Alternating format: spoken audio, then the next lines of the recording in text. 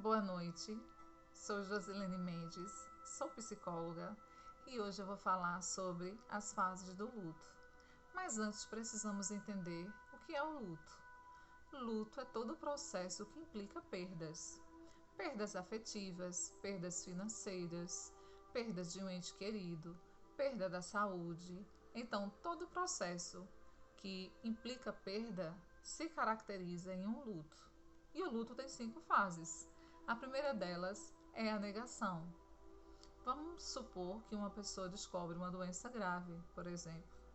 Ela não aceita, ela nega para si aquela realidade, né?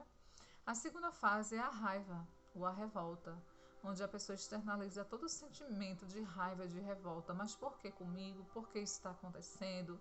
E ela procura explicações e vem toda uma série de porquês sem respostas. A terceira fase é a negociação ou a barganha, onde a pessoa faz promessas para si e para Deus. Né? Se eu conseguir me curar, eu vou ser uma pessoa melhor, eu vou me achegar mais a Deus, vou ter uma religiosidade mais ativa, enfim.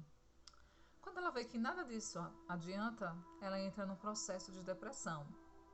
Não num processo depressivo maior, porque esse é mais grave e mais difícil da pessoa sair dele, né? Ela entra no adoecimento caracterizado como depressão, tristeza, não tem ânimo para nada, fica sem esperança, né? E os parentes e as pessoas e amigos do convívio dela têm que entender e aceitar que é normal essa fase de depressão e monitorar, né? Quanto tempo a pessoa vai ficar ali, quanto tempo ela vai demorar para reagir, né? E a quinta fase é a fase da aceitação, onde ela de fato, depois da depressão, ela consegue raciocinar e ver que a melhor forma é lutar, né? Aceitar e lutar. Lembrando que nem todas as pessoas passam por todas as fases nessa sequência, né? Porque vai depender também da fase, do tipo do luto, né? Por exemplo, um luto de uma perda de um ente querido de uma forma trágica. A pessoa não tem a fase da barganha, da negociação, porque a pessoa já se foi, né? Então, é natural, né, imprescindível que vivenciamos todas as fases do luto para a nossa saúde psíquica, embora que as pessoas que convivem conosco não queira, né, não nos queira ver naquela situação, né? Tudo vai dar certo.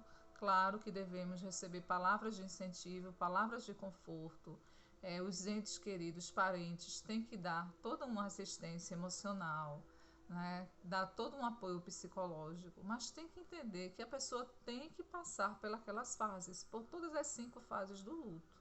Porque se a pessoa nega, reprime alguma fase do luto, exceto a perda de um ente querido, a perda de alguém tragicamente, repentina, enfim, que vai pular, né, alguma fase do luto. É imprescindível que a pessoa viva todas as fases. Caso contrário, vai se tornar um luto complicado, né, onde a pessoa não vai sair da fase da depressão, né? Não vai conseguir sair de toda dor, né, que implica o luto. Sim, o luto implica dor. E muitas pessoas, apesar de que muitas pessoas não queiram enfrentar essa dor, ela é imprescindível para que a gente consiga ressignificar, né, e seguir em frente. Porque temos que seguir em frente. As perdas fazem parte da vida, né? A morte, ela é inerente ao ser humano. Não tem como a gente negar a morte.